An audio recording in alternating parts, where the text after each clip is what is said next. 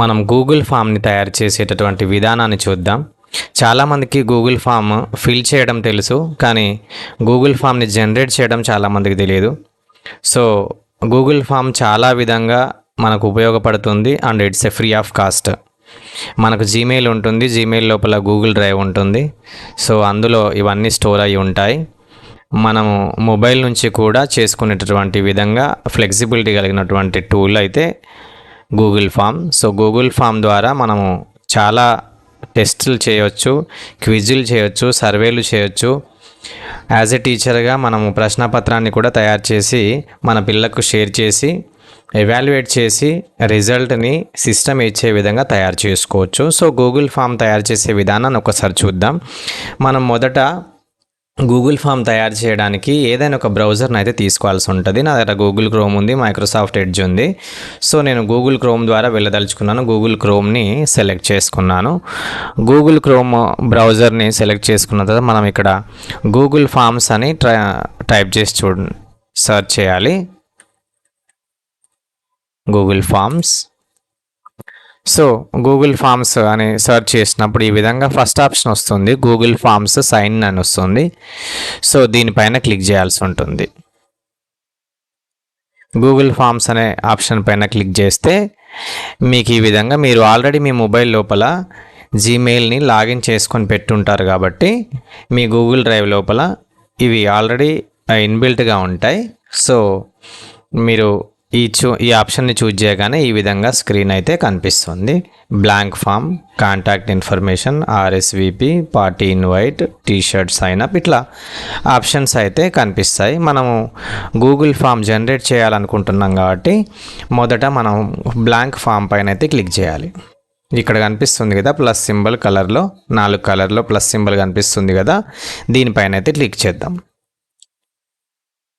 So blank form పైన click చేయగానే మనకి ఈ విధంగా అన్టైటిల్డ్ ఒక ఫామ్ అయితే వస్తుంది. సో ఇక్కడ అన్టైటిల్డ్ అని కనిపిస్తుంది కదా, నా కర్సర్ మీకు కనిపిస్తూ ఉంది.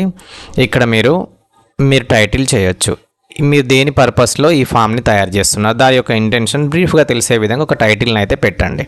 ఫర్ సపోజ్ ఒక టీచర్ అయినట్లయితే స్లిప్ టెస్ట్ అనుకుందాం, రైట్. స్లిప్ టెస్ట్ అనేటటువంటి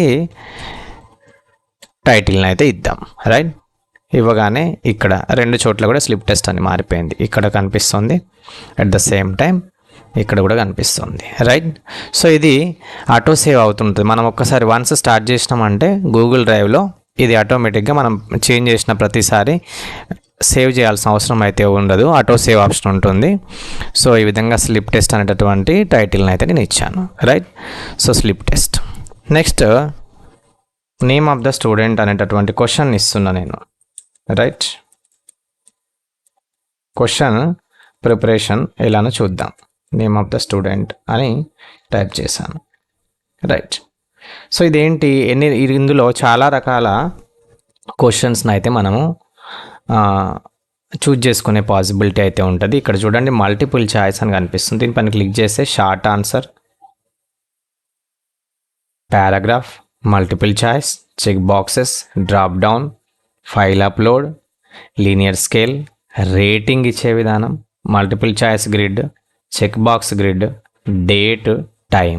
సో రిక్వైర్డ్ పెడితే ఏమవుతుందంటే ఇది ఖచ్చితంగా ఎంట్రీ చేయాల్సినటువంటి అవసరం ఉంటుంది, ఓకేనా. ఇది మొదటి రకం ప్రశ్నగా మనం చూద్దాం. నెక్స్ట్ ఇక్కడ ప్లస్ కనిపిస్తుంది కదా, ప్లస్ పైన క్లిక్ చేయగానే యాడ్ క్వశ్చన్ అని కనిపిస్తుంది. దీనిపైన క్లిక్ చేస్తే ఇంకొక క్వశ్చన్ మనం టైప్ చేసే విధంగా మనకు పాసిబిలిటీని అయితే ఇస్తుంది ఇక్కడ. సో సెకండ్ క్వశ్చన్ క్లాస్ అనుకుందాం, రైట్. ఇది కూడా షార్ట్ ఆన్సర్ కాబట్టి దీన్ని షార్ట్ ఆన్సర్గా కాకుండా డ్రాప్ డౌన్గా తీసుకుందాం ఒకసారి. మల్టిపుల్ చాయిస్ కూడా తీసుకోవచ్చు, బట్ మల్టిపుల్ చాయిస్ అంటే ఏదో ఒకటి టిక్ చేసుకుంటారు. డ్రాప్ డౌన్గా తీసుకుందాం. డ్రాప్ డౌన్గా తీసుకుంటే ఇక్కడ మనము 6th class, 7th class, 8th class, 9th class, 10th class, okay, ఇలా ఒక 5 క్లాసెస్ నేను యాడ్ చేశాను, రైట్. సో ఇందులో నుంచి ఏదో ఒకటి చూజ్ చేసుకోవడానికి అవకాశం ఉంటుంది. పిల్లవాడు మనం ఇచ్చినటువంటి ఆప్షన్ నుంచి ఏదో ఒకటి, ఇవన్నీ 6, 7, 8, 9, 10, 6, 7, 8, 9, 10 5 ఆప్షన్స్ కూడా పిల్లవాడికి కనిపిస్తాయి. దాంట్లో నుంచి ఏదో ఒక దాన్ని చూజ్ చేసుకోవడానికి అవకాశం అయితే ఉంటుంది. Okay, right. నెక్స్ట్ క్వశ్చన్ చూద్దాం. ఇప్పుడు క్వశ్చన్స్కి వెళ్దాం అనుకుందాం. రైట్, క్వశ్చన్స్కి వెళ్ళినట్లయితే ఫస్ట్ క్వశ్చన్ ఏదో ఒకటి ఇద్దాం. What is your favourite colour అని ఇద్దాం. రైట్, ఇది మల్టిపుల్ చాయిస్ కింద తీసుకుందాం. ఇప్పుడు డ్రాప్ డౌన్ కింద తీసుకున్నాం కాబట్టి ఇప్పుడు మల్టిపుల్ చాయిస్ కింద ట్రై చేద్దాం. ఆప్షన్ 1. ఓకే, ఆప్షన్ 1 లోపల ఏ కలర్? బ్లూ అనుకుందాం. రెండోది బ్లాక్, వైట్, రెడ్. ఓకే, ఈ విధంగా మల్టిపుల్ చాయిస్ క్వశ్చన్స్ని అయితే మనం ఇవ్వచ్చు. సో దీని క్లాస్ని కూడా మ్యాండేట్ చేద్దాం, అంటే రిక్వైర్డ్ అనే ఆప్షన్ ఎనేబుల్ చేద్దాం. కంపల్సరీగా ఏ క్లాస్ పిల్లవాడు మన క్వశ్చన్ పేపర్ని అటెంప్ట్ చేసాడు తెలియాలి కాబట్టి రిక్వైర్డ్ కింద పెట్టుకుందాం. ఈ క్వశ్చన్ ప్రతి క్వశ్చన్ని టచ్ చేయాలి అనుకుంటే రిక్వైర్డ్ పెట్టేద్దాం. Okay, right. ఇది మల్టిపుల్ చాయిస్ క్వశ్చన్.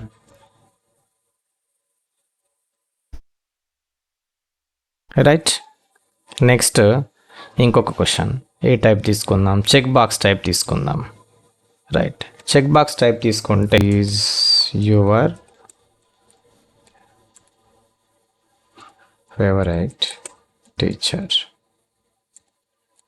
చూడండి, మనం ఒకవేళ తప్పు స్పెల్ ఇస్తే కనుక ఇక్కడ ఆటోమేటిక్గా మనకు టైప్ చేసేటప్పుడు గ్రామర్ కూడా ఇస్తుంది. Okay, so who is your favourite teacher అని ఇచ్చాను. Option 1 X.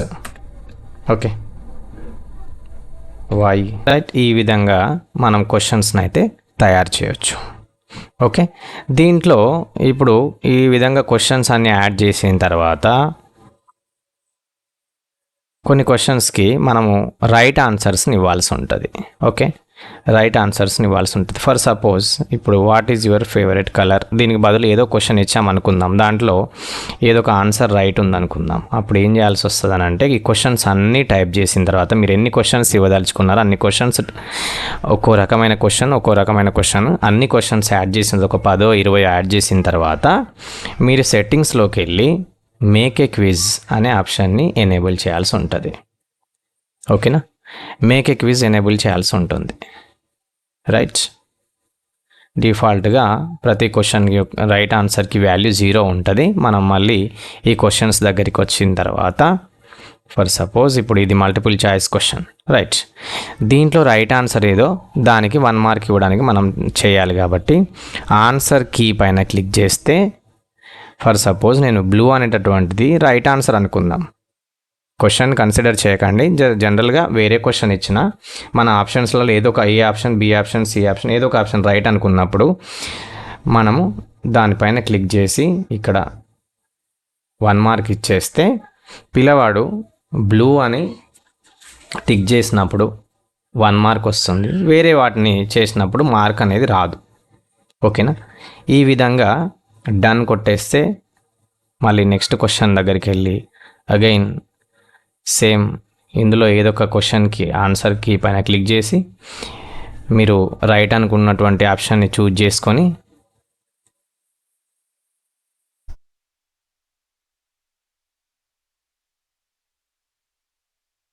One mark. Okay, why అనేది రైట్ ఆన్సర్ అనుకుంటే ఇక్కడ 1 మార్క్ ఇచ్చి వైని సెలెక్ట్ చేసేసుకొని డన్ కొట్టేస్తే రేపు మీరు షేర్ చేసిన తర్వాత పిల్లవాడు రైట్ ఆన్సర్ చేస్తే 1 మార్క్, నెగిటివ్ రాంగ్ ఆన్సర్ చేస్తే మార్క్ రాకుండా వాటి మార్క్స్ ఆటోమేటిక్గా కౌంట్ అయి వస్తాయి. ఓకేనా, సో ఈ విధంగా మీరు ఎన్ని క్వశ్చన్స్ యాడ్ చేయదలుచుకుంటే అన్ని క్వశ్చన్స్ యాడ్ చేసుకొని మేక్ ఏ క్విజ్ అని తీసుకొని మార్క్స్ ఈ విధంగా ఇందాక చెప్పాను కదా, ప్రతి క్వశ్చన్ పైన క్లిక్ చేసి ఆన్సర్ కీ అని చెప్పేసి రైట్ ఆన్సర్ని చూజ్ చేసుకొని దానికి ఎన్ని మార్క్స్ ఇవ్వదలుచుకున్నారు 1 అయితే 1, 2 అయితే 2 ఇచ్చేసుకొని పబ్లిష్ పైన క్లిక్ చేస్తే ఈ విధంగా పబ్లిష్ చేసేస్తే నెక్స్ట్ ఇక్కడ మనకు 1, 2, 3, 4, 5, 6 ఆప్షన్ కాపీ రెస్పాండర్ లింక్ ఇక్కడ దీనిపైన క్లిక్ చేస్తే మనకు ఒక లింక్ అయితే జనరేట్ అయి వస్తుంది. దీన్ని చిన్నగా చేసుకుందాం అనుకుంటే షార్ట్ ఇన్ ద యూఆర్ఎల్ అంటే చేసుకుంటే చాలా కొద్దిగా చిన్నగా మనకు కాపీ చేసుకోవడానికి ఈజీగా అయితే వస్తుంది. దీన్ని కాపీ చేసుకొని మనం మన వాట్సాప్లోనో ఇంకెక్కడో షేర్ చేయొచ్చు. సో నేను వాట్సాప్లో షేర్ చేస్తాను, లేదా వేరే బ్రౌజర్ నుంచి ఓపెన్ చేస్తాను. వేరే బ్రౌజర్ నుంచి ఓపెన్ చేసి ఆన్సర్ చేయడానికి ప్రయత్నం చేస్తా. ఏ విధంగా క్వశ్చన్ పేపర్ కనబడుతుందో చూద్దాం ఒకసారి. నేను క్రోమ్లో చేశాను. నాకు ఎడ్జ్లో వేరే అకౌంట్ ఉంది కాబట్టి ఆ అకౌంట్తో నేను లాగిన్ అయ్యాను. చూడండి ఒక్కసారి. సో ఇక్కడ నేమ్, ఓకే, క్లాస్. ఇప్పుడు చూడండి, మనం ఆల్రెడీ క్లాసెస్ మనమే ఇచ్చాం కాబట్టి ఇందులో నుంచి ఏదో ఒక పిల్లవాడు సెలెక్ట్ చేసుకుంటాడు. 6 ఇది డ్రాప్ డౌన్ తీసుకున్నాం కదా మనం.